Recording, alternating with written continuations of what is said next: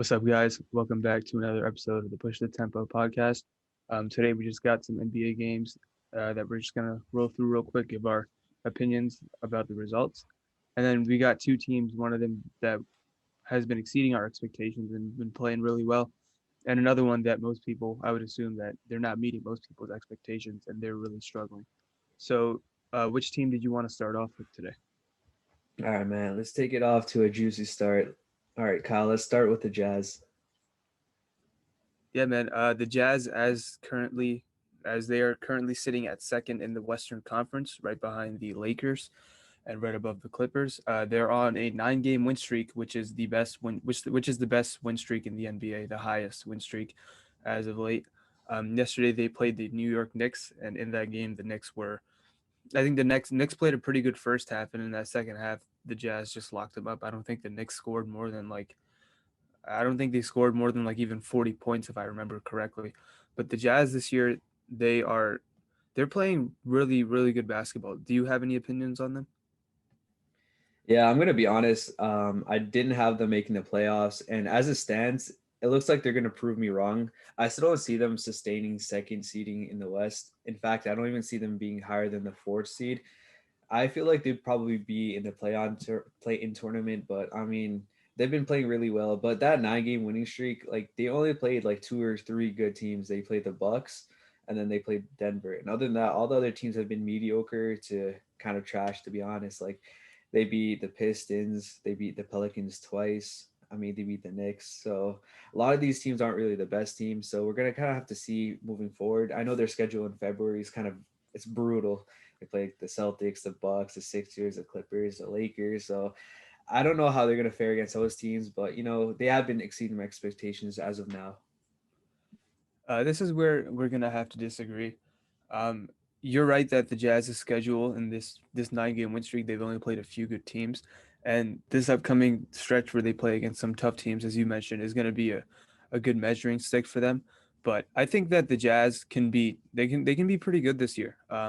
I like you, I had the Jazz as like the eighth seed, which I look stupid for having them as at this point, but they've been really playing well, and one of the main reasons for that is obviously Donovan Mitchell. Donovan Mitchell started off a little bit slow, but now he's really picked it up and he's playing great, particularly during this win streak.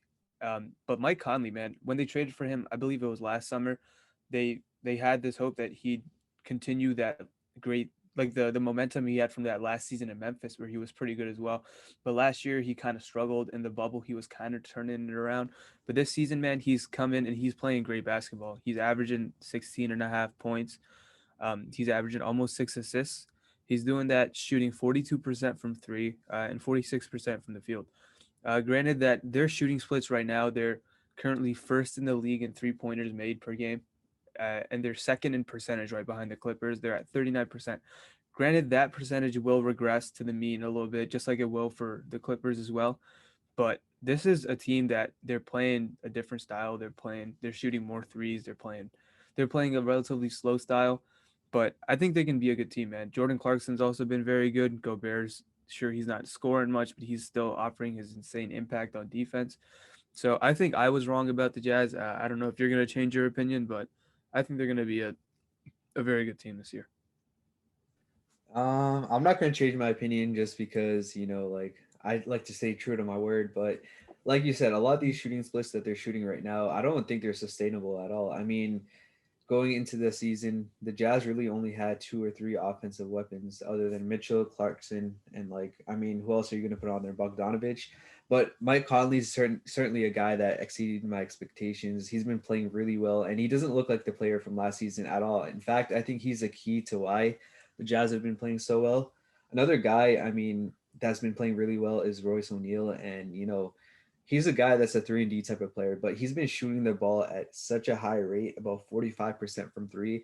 And he's shooting let me take a look how much shots attempt per game. He's shooting about Four threes a four game. threes per game. That's crazy. So he's definitely a guy that's been giving a lot of scoring to a team that kind of lacks that offensive talent. And then you can't, discredit their coach as well. Quinn Snyder's a guy that was among the coach of the year candidates a few years back, and he's always been a guy that's been a great coach. So, I mean, where they stand right now is because of these guys. I don't know how long it's going to be and how long it's going to go on for, but I mean, I can certainly see them dropping off in February and not sustaining this level of play. I mean, this season itself is very weird with players going in and out because of health and safety protocols. It's really hard to predict. I mean, we can predict who the best teams are going to be at the end of the year and who's going to be in the playoffs in the going deep in the playoffs based off just like what the team looks like and not factoring in health whatsoever. But if teams are fully healthy, we can kind of assume who's going to be where. But during the season, I think it's going to be very difficult. Like we know who's the best, but it's very hard to place where they're going to end up because so many teams have guys who are going being in and out with injuries and with health and safety protocols. Like the Miami Heat, for example. Miami hasn't had Jimmy Butler for what it feels like the entire season. Tyler Hero has been out for them. The Clippers just lost Paul George and Kawhi Leonard, and hopefully they'll be back soon. But it remains to be seen how long they'll be out for. So I think the Jazz can definitely be one of those teams that can finish top four, top five in the Western Conference. And I think I might have been wrong about them. That's another thing. You don't know when these injuries or protocols are going to come up. So the Jazz have been a team that hasn't had to face any adversity in that aspect. I think tonight's the first night that Mitchell's not going to play a game. I think it's because of concussion protocols, Yeah. but I kind of want to see how they play without him because I'm going to be honest, without him, like Clarkson's going to have to go off, and some of these other players are going to have to contribute a lot more to the offensive end. Defensively, they're definitely like a top team, but the problem's always been their offensive, efficiency and how well they can play. But I want to see how they perform without Mitchell because at any given day or period, some of their players could just end up being out because of these protocols. So a lot of the teams that have been in the a lot of teams have been dealing with that. Like you said, the Heat were dealing with that. The Suns deal with it. The Celtics for a certain point. Although the games were postponed, I mean, it's something that can certainly happen to one or two players. So if the Jazz are unlucky enough to happen to their offensive players, then I don't really see them sustaining it. You know what I mean? Yeah, no, I just meant if they can fully stay healthy because health is a big it's a big it's a big question mark really, and it's a big hurdle for every team in the league right now. So you're definitely right, but I think if they can stay fully healthy, I think they'll exceed not only my expectations but also yours. But it still remains to be seen. So do you want to move on then to the next team, the team that has been struggling and not meeting expectations? Yeah. Let me just say one quick thing on the Jazz, though. Sure. All right. So this win streak, I gotta say, I give props to them, but I definitely think it's inflated. I'm really curious to see how they're gonna do in February. Do you want to not place a bet, but kind of like estimate how many wins that they're gonna get in that month? February. I'd have to look at their schedule and see what it's like. Yeah, I can read it off to you real quick. Yeah, do that. All right, so we can give them. So they play 13 games. Detroit, Atlanta, and Charlotte are the first three games, and I mean, I guess it's kind of safe to say they're probably win those three games. Okay, 3-0. All right, then they play the Pacers, Okay, and that's kind of I'd say that's like kind of a that's a split. toss. That's a toss up for me. I'd say. Yeah, and then we got Boston, and I mean, I'm gonna have to give this one to the Celtics. So that's let's just say 3-2 for now. Then they play the Bucks, so that's 3-3. The Sixers, 3-4. The Clippers twice. Depends if Paul George and Kawhi are back, but This is they in they deep already beat. February. This is They in already. February 17th. So But you got to remember they already beat the Clippers this year though. So that and the Jazz have always given the Clippers problems. Mike Conley has always played well against them. So that's a game that I'd say is a toss up as well. okay, fair enough. And then they play Charlotte again, and then they play the Lakers, the Heat, which I'm assuming the Heat are going to be fully healthy by then. So about a month out, and then Orlando. So I feel like they can split that month easily, being 13 games, maybe 6-7, or even 7-6. I don't know, but I feel like they're split this month. What do you think? No, you make a good point. This upcoming stretch, and I'm looking at it right now. I pulled it up. It's definitely going to be a better measuring stick for how good the Jazz really are. Because you're right, in this 9 game win streak is obviously impressive, and they've been playing great basketball during that time. But a lot of those teams are not good. They played the Oklahoma. No, I'm sorry. They played the Knicks. They played the Bucks, but in the Bucks game that they beat them, they shot like they made like a franchise best 25 threes, which that's not going to happen every night.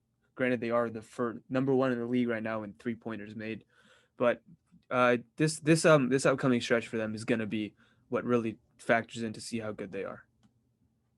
Fair enough. Fair enough. All right. Sorry, I just want to see your opinion on that. All right. Yeah. Let's totally move on to the next team. So the team that a lot of people, I wasn't one of those people. I said that this team would probably still miss the playoffs this year. Um, is the New Orleans Pelicans. Right now, they are sitting at 5-10. They're 14th in the Western Conference, right above the Minnesota Timberwolves, who have been without Karl Anthony Towns for a big part of the season, and we can just tell that those guys are not good. So, um, what's your opinion on the? What do you make of the Pelicans this year?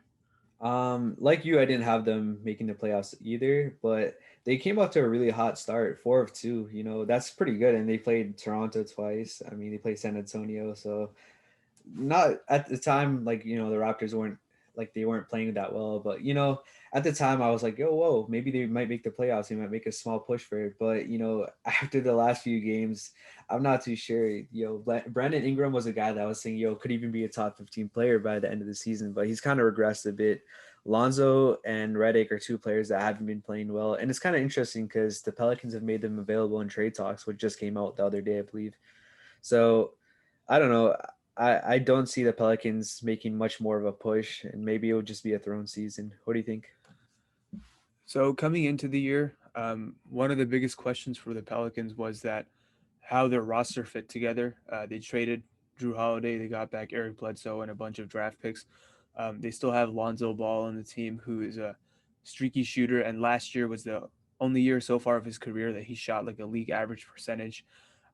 Steven Adams, they traded for him and then gave him a huge extension, which I thought off the ball was a little strange. And he's obviously a non-shooter. And then Brandon Ingram really is the only shooter or like average shooter in their starting lineup, really. And we all know Zion is not really much of a. He's really a non-threat from three as well. He doesn't really shoot many threes. So coming into the year, that was looked at as one of their biggest problems, and so far it has been. They are 29th in the league in three pointers made. They're 28th in attempts. They're 28th in percentage. They're just not a shooting team. There's not a lot of spacing out there. Even though Zion has put up some big numbers, a lot of that has come in games that he plays bad defense. He's not great at rotating. He struggles to really keep up, and sometimes the effort just isn't there. And it's tough to see because he was a guy in college that you saw the highlights of him jumping out of the gym to block jump shots and rotating and just making a big impact. And so far in his NBA career, that really hasn't been there. Sure, he can turn it around, but I don't know if it'll be enough to save this Pelican season. So that's what I think though. Yeah, no, I agree. Zion hasn't been off to the greatest start in terms of shooting.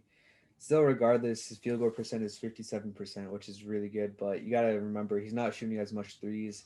And I remember his first game, his debut, he shot like I can't remember the exact number, but he was like 4 for 4 from three or something like that. And everyone's like, "Yo, he can really shoot." But I mean, this year he's only shooting about 20%. So I like to see him take a lot more threes and kind of just, you know, get his rhythm back. He's definitely a young player that can actually get his rhythm back, you know what I mean? But it remains to be seen how him and Ingram are going to go moving forward. I definitely think that Lonzo Ball and or JJ Redick are going to be moved, especially JJ Redick. Um, I like JJ Redick as a player, but he's probably a guy that has a lot of value elsewhere, and he's not really fitting into the scheme of this and team and here. he's also struggling a little bit shooting. Yeah, he's shooting about 30% from three, which is that's just insane because he's literally one of the top 5 shooters in the league right now and in his career. So something that you wouldn't expect at all coming to the season. But like there was stretches where he's shooting 0 for 6, 1 for 6, and crazy numbers that you wouldn't expect from a shooter like him. But yeah, I definitely want to see what happens with this team. I definitely can see a shakeup happening with this team too. Yeah, I mean, you said yesterday that there was some reports that the Pelicans were in trade talks. They were responsive to some teams inquiring about Lonzo and JJ Redick. JJ Redick, you're definitely right. He probably has more value on like a team that's contending for a championship, either being like a spot up shooter on their bench because he's not a great defender, or even a starting guard on teams that can really cover up for his defensive deficiencies. Lonzo Ball has really struggled this year. We talked about it in the last episode, but he's continuing to not shoot the ball very well. He's really a 3 and D guard at this point who's not being able to hit threes. And last year in the bubble, particularly, his defense was really bad as well. Um, yeah, man. It remains to be seen what they do. I think Lonzo is going to be best in one of those teams that push the pace, run up and down. And the Pelicans this year just are not that. Um, Coach Stan Van Gundy has taken the ball out of Lonzo's hands and put it in Brandon Ingram's hands, who I think has been pretty solid this year. And that's really just left Lonzo by the wayside, standing out in the perimeter and just spotting up for threes that he's not making. So that kind of makes him a little redundant in their offense. So I wouldn't be surprised if he's moved, and I definitely could see JJ Redick being moved to a team that could be in need of his spacing and his shooting ability, because you could probably get possibly a first round pick for that from a team that might be desperate enough to do it. Mm, yeah, I mean, yo, Celtics management, if you're listening to this, yo, holla up my boy JJ. Definitely a shooter that we could use off the bench. You feel me? Take off Carson Edwards or whatever. But like, yo, JJ Redick, bro, come through. But yo, with that being said, yo, honestly, you're really correct about Lonzo not having the ball in his hands. I was just looking at his numbers, and I don't watch that many Pelican games, but I definitely see him kind of taking the back seat, especially when Alexander Walker's on the court. You know what I mean? So his numbers on the assist column have definitely dropped. He's shooting. He has about 4.7 assists, which is a career low for him. He's a guy that got drafted just because of his high IQ, his defensive potential, and because of his playmaking. And to be honest, he hasn't really been doing any of that except maybe you could say the defensive, anchor that he is, I guess. But yeah, poor Alonso, man. I feel bad for him. I definitely still think that he has some potential. He just hasn't been in the right system yet. I mean, coming from that Lakers team and then now into this Pelicans team where the ball is kind of going into Ingram's hand, it's definitely not a system that he can kind of prosper in. You know what I mean? Yeah, I mean, I don't feel bad for him. He said after people posted his bubble stats, he said post my shit this year too, and I mean his his stats are nothing to be impressed by this year. If he can turn it around, that'd be great. But I don't think he's ever going to reach that. He's never going to live up to his draft position. I mean, he was drafted second overall. Magic Johnson said that this guy's jersey will be hanging in the rafters next to mine. I don't think he's ever going to touch that. I think he's just going to be either a solid backup guard who comes in, controls the offense, and plays good defense, or if that 3 point shot becomes very consistent, which you're hoping for, he can become basically a taller Patrick Beverly, a guy who plays good defense, who makes smart plays, not a great offensive threat like inside of the arc. Because Patrick Beverly's a good shooter, but he's not a huge threat from anywhere else on the offensive end. So I think really that's his. I think that might be just the player he becomes, a taller Patrick Beverly. That's tough. Honestly, it kind of reminds me of like I can't even talk. Michael Carter Williams, like in a sense that like That's decent another rookie good one. seasons. That's Yeah, another good one. you know what I mean. You can see it, right? Yeah. So with that being said, do you want to just move on to the games then that we were thinking about talking about? Yeah, let's go for it. So which game did you want to discuss? Let's talk about the Nuggets and the Suns. Man, that was a good game. Did you have any thoughts that you wanted to go through? Dude, this is honestly a potential matchup in the playoffs. We can maybe see Denver at 3 and the Suns at 6, like a first round matchup, or maybe even a 4-5. Who knows? And potentially even a 2-7, right? Who knows? But I can definitely see this being a really fun matchup to watch. This game was just awesome. We went to double OT and it was a great game. Dude, this is a matchup that I feel like we need to see this matchup in the playoffs. They played this game on the 23rd, and the day before they played another game that went into overtime. Um, See, I love Chris Paul. Chris Paul is my favorite player, and I thought he played very well in that first half. In that second half, he didn't really do as much. He kind of trailed off, and particularly at the end of that game, uh, in the overtime and in the fourth quarter, he was really struggling to close out the game. And it might have been at the end of regulation, or it might have been at the end of the first overtime. I don't remember, but Jamal Murray hit that 3 point shot over DeAndre Ayton that sent the game to either overtime or double OT.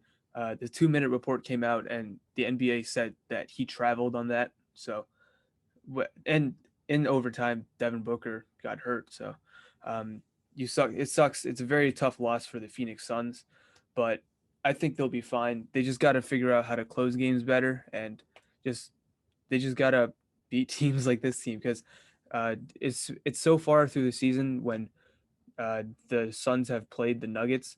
I think DeAndre Ayton has been pretty good. He plays very well for some reason against Jokic in the 2 games. In that second game, he had 17 and 11, 17 and 13, sorry, and he was playing very aggressive. That's something that I hope continues because this team, Chris Paul is obviously great. Devin Booker is obviously their best player, but I think DeAndre Ayton can really be the most like important slash he could be the guy, the biggest X factor because he has all the physical tools to be a great player. He's not DeAndre Jordan. He's not just all athleticism and no skill. He's athletic, he's strong, he's a mismatch, and he's also skilled. He can hit mid-range jumpers. He has touch around the rim. So I think he's their most like impact. He can be their most impactful player, and he has a chance to be their biggest X factor. What do you think? Sorry, I went on a No, tangent. no. That's definitely a fair point. I was going to bring up the same thing about Aiton. You know, he came off to a slow start to the season, but in these 2 games, he really solidified himself. He's really starting to kind of live up to that first overall pick potential. You know what I mean? And these last 2 games just proved it. He's been playing super well, although he did foul out. But a big man on That Jokic, what that can you do? foul, that last foul that they called on him though, I thought was ridiculous. He had his hands on Jokic's back, and Jokic kind of like flailed slash flopped, and they just called him for a six. I thought that was a shitty foul call.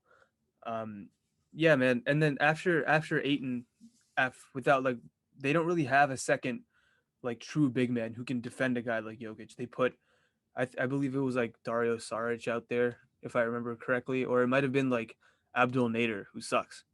Uh, and he hit the side of a backboard on a corner three. He Paul George a corner three in overtime. So yeah, it was a tough loss for the Suns, but I think they'll bounce back. They have some very good pieces. You know what's interesting to me? I'm really wondering why the Suns decided to go with Jalen Smith, and he doesn't get any playing time either. He's a big man, 6'10", pretty good size. It was just an interesting pick at the number 10 overall pick. You know what I mean? I think he should be playing over Frank Kaminsky. Frank Kaminsky is awful. I don't like he doesn't play any defense. He can barely spot up and hit threes. Like he should be playing over him. I think Monty Williams should make that transition and really give Jalen Smith some time because you don't spend a 10th overall pick on a guy just to not play him. I get it's his rookie year, but at the very least he should be playing those garbage time minutes. Yeah, no, definitely, 100% agree. I mean, they have Damian Jones, who's another guy who's not bad at all, who is definitely better than Frank Kaminsky. You know what I mean? But I just thought it was really interesting that they went with Jalen Smith out of everyone in that draft and just decided not to play him. I don't know Yeah. if he's like what too slow or he's not good in practice or whatever it is, but I like to see a little bit more of him to kind of back up Aiden because Frank Kaminsky in that game was horrible. Played 20 minutes and had 2 points. He had 2 rebounds and an assist and 5 fouls. So he didn't really do anything. He was just getting some cardio out there. You feel me? Yeah. Oh, sorry, I made a mistake. Devin Booker got hurt in the first game that they played versus uh, the Nuggets. In the second game, he didn't play. The second game went to second OT. But yeah, the last thing I got to say about this game is that we need a Denver Nuggets Phoenix Suns playoff series. It would be awesome. I would love to see that. Yeah, man, definitely would be a fun one. They're just missing one thing in terms of like the entertainment purpose. I kind of hope there's like not really beef, but a little bit more, tension on these 2 teams because that would be so fun to watch. They're both 2 up and coming young teams, and it would just be fun to watch. You know what I mean? It kind of reminds me of like in a certain way, like if you remember back in the day, and I say back in the day, it was like 4 years ago. It was the IT led Celtics versus the John Wall and Bradley Beal Wizards, and that matchup was so fun to watch. I really hope that this kind of plays out to a similar extent. Yeah, for sure. So with all that being said, do you want to move on to the next game we're going to talk about? Yeah, let's go for it. So the next game we are going to talk about happened last night. It was the 3 and now 10 Washington Wizards playing against the now 7 and 9 uh, Houston Rockets. The Houston Rockets got John Wall back. He scored. Sorry, John Wall had 24 points and 5 assists. I think it looks like John Wall, the old John Wall, the quick one, the guy who can break people down off the dribble, is back. You love to see it. And Victor Oladipo, he kind of struggled from the field, but he also put in 20 points for them. DeMarcus Cousins is really playing well since Christian Wood went out. He had 19, 11, and 5 steals, which 5 steals is pretty impressive for a big man. And I thought Bradley Beal put up the numbers, but I didn't think he was that good in this game. Particularly in the fourth quarter, he kind of disappeared and did nothing. I know most people are just gonna immediately blame Russell Westbrook, but I don't think this game was his fault. It's not his fault that his team doesn't play any defense, and half the dudes on their roster would be in the G League the if they had like actual bodies. What do you think? Yeah, no, I definitely agree to that. I mean, a lot of key players on the Wizards are out because of protocols. Rui Hachimura, Davis Bertans. So those are just a few guys. I was honestly surprised to see Jordan Bell playing in that game. I didn't know he was on the Wizards at all. Did you know who Anthony Gill was before last night? I knew about him just because I picked up one day in FanDuel a few weeks back. But I mean, other than that, kind of irrelevant to be honest. Yeah, But it's like no, go ahead. yeah, no, like a lot of these guys that were playing were just like you look at them and you're like, who's this guy? I've never seen this dude before. Like, I mean, we remember Jerome Robinson. He was kind of a high first round pick. Don't remind Uh, me. but other than that, it's like, who are these guys? What was I saying? But yeah, one thing that was pretty interesting to me is seeing John Wall take this many shot attempts. If I remember correctly, he doesn't really shoot that much.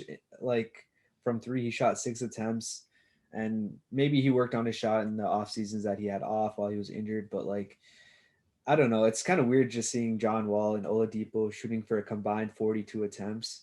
But I mean, once Christian Wood comes back, I'm pretty sure that number will decrease a little bit. I kind of want to see John Wall do a little bit more assisting and playmaking because that's one thing that he's really good at. You know what I mean? Yeah.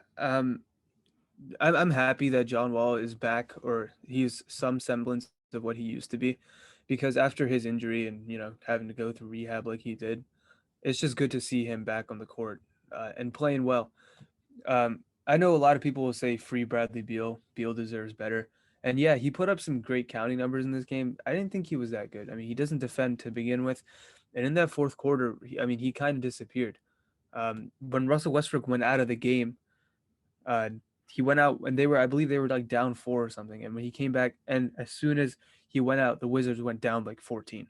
Um, and I've never been a big Westbrook defender, and I've been a big Westbrook fan, but like this isn't on him. Bradley Beal in the fourth quarter shot 3 of 8, which I mean, sure that's not bad, but then again it's not good. Westbrook shot 3 of 6. Um, Bradley Beal, he just has to pick it up more in the fourth quarter. He just can't keep disappearing. If the Wizards are hoping to win games, but who knows? That's fair. I mean, I don't. I think if these two teams played again, the result would be different. The Wizards shot 19% from three, so it's definitely a pretty bad night for them. But we'll have to see. Not gonna lie, I definitely agree with you on Bradley Beal. Like you say, he's not really the best defender. Um, and he does, I noticed that about him. He kind of starts off really strong and hot, but by the time it's the fourth quarter, he doesn't really do that much. You know what I mean? Yeah, he's one of those guys that he kind of fades as the game goes on, and that's not a reputation that you would want to have if you're going to be like an all-star level player. Because right now, I think he's probably this. I mean, since James Harden got traded to Brooklyn, I would say Bradley Beal is the second best shooting guard in the Eastern Conference. Um, and it remains to be seen like where he ranks in the league totality wise. But yeah, I hope Wizards can figure it out, man, because the peak optimum version of the Wizards that have surrounding Westbrook and Beal with shooters, they're not going to play any defense, but the transition offense with guys just fanning out to the 3 point line with Westbrook attacking the rim. I feel like that'd be very exciting basketball, but unfortunately, we just haven't seen it. Whether it be for a multitude of reasons, whether it be Scott Brooks and his terrible rotations, Wizards players being out because of protocol, whatever. But it just sucks we haven't seen it so far. Yeah, no, I definitely agree. All right, do you want to move on to one more game, or you want to call it? It's up to you. Do you wanna decide on what we should do? Yeah, we can do one more game and then call it Word, for today. word. Which one did you want to talk about? I know you had one in mind. Yeah. So the Clippers and the Hawks. The Clippers were on a, I believe, 7 or 8 game win streak, and News came out that Paul George and Kawhi would both be out because of health and safety protocols. Patrick Beverly was out because of a sore left knee or sore knee issue, which he's dealt with throughout his career. This game, I watched this game very intently because I'm obviously a Clippers fan.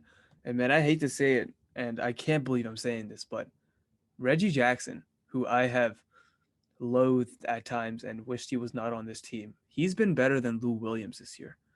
Lou Williams has been atrocious. Outside of like 2 games, he just hasn't been himself. He's struggling. He tries on defense, but there's not much a 6 foot guard who's built like a toothpick can do. Well, what do you think, man, about this game? Honestly, like I mean, let's be honest, the Clippers didn't have two or three of their best players, so it makes sense for them to kind of lose their win streak. One thing that I want to say is, beside Lou Williams, a guy that I thought is a great offensive player hasn't been there this year yet, and that's been Marcus Morris Senior. So I mean, he did come back from injury, so maybe he's a little off to a little bit of a slow start, but I was expecting him to put up numbers, but hasn't been the case. And another thing I like to point out on the opposite team, a dude that a lot of people are sleeping on is DeAndre Hunter, and Yes, big yes. sleeper, man. He's been great this season, and like he's just been amazing. Like 17.7 points on 38% from three. Those are pretty good numbers for a guy that pretty much no one talks about. You know what I mean? No, you're definitely right. That was actually a guy that after we did the underrated, overrated players, he was a guy that I was like, man, I should have included him on my underrated list because he's silently going under the radar and he's been playing very well. He's kind of becoming what the Hawks envisioned Cam Reddish to be. You know what I mean? Um, his creation off the dribble has vastly improved. The 3 point jump shot is getting a lot better. Granted, he didn't shoot great in this game, but yeah, man, he's been playing very well. One downside I will say from the Hawks' perspective in that first half, they didn't really. I think they only attempted like 7 threes, which is very uncharacteristic for them. But one thing I will say is people want to trash James Harden because he foul baits and he hunts contact rather than trying to make the shot. I hope people keep that same energy with Trey Young, man, because Trey Young does it so much. There was this play at the end of the game where he was going over a screen and Terrence Mann, who I thought made Trey really work for his shots, particularly in that first half. He just jumps into Terrence. He doesn't even jump straight. He jumps straight into Terrence Mann and gets 3 free throws. As Steve Nash said, that's not basketball. Like, sure, Trey puts up these big numbers, but when he's off the ball, he doesn't do anything but stand at half court. And that's kind of what James, you got to remember, that's what James Harden did. And James Harden didn't win like that. So people compare Trey Young to Steph Curry a lot. They say, oh, look at the range when he's in actuality never been that level of shooter. Um, in actuality, he might be more like James Harden, a guy who, when he's off the ball, doesn't do anything. When he's on the ball, he dominates, and a lot of times it doesn't lead to the ultimate success. What do you think?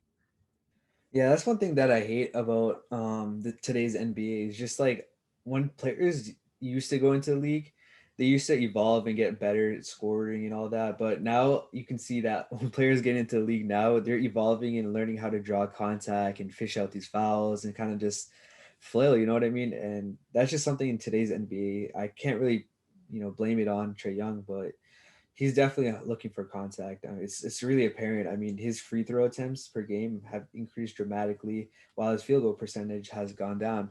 And that might be attributed to like this season he hasn't been as good as last season, or maybe because it's a different team and different dynamic. But I feel like to kind of get his rhythm, he's hunting out this type of contact to put him at the line, and just get him going. It's like it's not even, it's like the Chris Paul move. Chris Paul does this thing where when he gets by a defender, he gets them on his back and he stops. And when they run into him, he draws a contact and shoots the shot to get free throws. Trey Young has taken it a step further where when he gets a defender on his back, he backs into them, shoots, and gets the contact. It's I don't like that's just not basketball. It's weird, it's annoying. It prolongs the game when that shouldn't even be a call. Like obviously you want to protect the offensive player in the game, but like you got to give the defensive player some leeway. Like it's not their fault if somebody's backing into them and attempting a shot. That's more of an offensive foul if anything. But yeah, man, I hope Kawhi and Paul George come back soon before the Clippers drop too much in the Western Conference standings. They got a tough schedule ahead of them. They play Miami, they play Brooklyn, they play the Celtics pretty soon, and I just hope they can come out of this road trip because I don't think they can win any games without those two guys. To be honest, with how bad Lou Will has been, and if it was up to me, Lou Williams would have been traded in the offseason, but it's not up to me. So And yeah, that's my bad for cutting you off. no, no, no, that's all I got I to say. hope. Now you're good. I hope that they come back before they play the Celtics because the last two times these two teams met, both times went into overtime, and they've been really good games. And I was kind of hoping that would be a finals matchup last year, but obviously that wasn't the case. No, dude, you're right. Those last two games, especially that last game that the Celtics won, uh, Marcus Hey Morris man, hit Marcus. a big three, um, Mhm. and then Landry Shamet hit a big three, and then the Celtics came back. Man, that was a great. These two teams match up very well, and it's always fun to watch Jason Tatum and Jalen Brown play against Kawhi and Paul George, especially with this year with Jalen Brown being even better. He continues to improve. He can be awesome. Paul George has really bounced back after having kind of a down year last year, and Tatum and Kawhi are still amazing players. So you're right. These two teams match up very well. So I hope they do come back for They that. have like such a similar team too. I mean, like you got Marcus Smart compared to Patrick Beverly. You got Jalen Brown to Paul George, Tatum to, or you could say even the other way around, Jalen Brown to Kawhi, and then Paul George to uh, Jason Tatum. So it's it's pretty cool. You know what I mean? Yeah, no, for sure. So with that being said, do you wanna take us out for the day? Yeah, let's call it. So, all right. Thank you guys for listening to our podcast. I appreciate y'all. If you guys want to check us out, we're on YouTube at the East Coast Browncast. We're also on Spotify, pretty much anywhere that you guys listen to your podcast at Push the Tempo Podcast. It's been nice. It's your boy Aray here, and I'm with my guy Kyle. So for that, catch you guys later.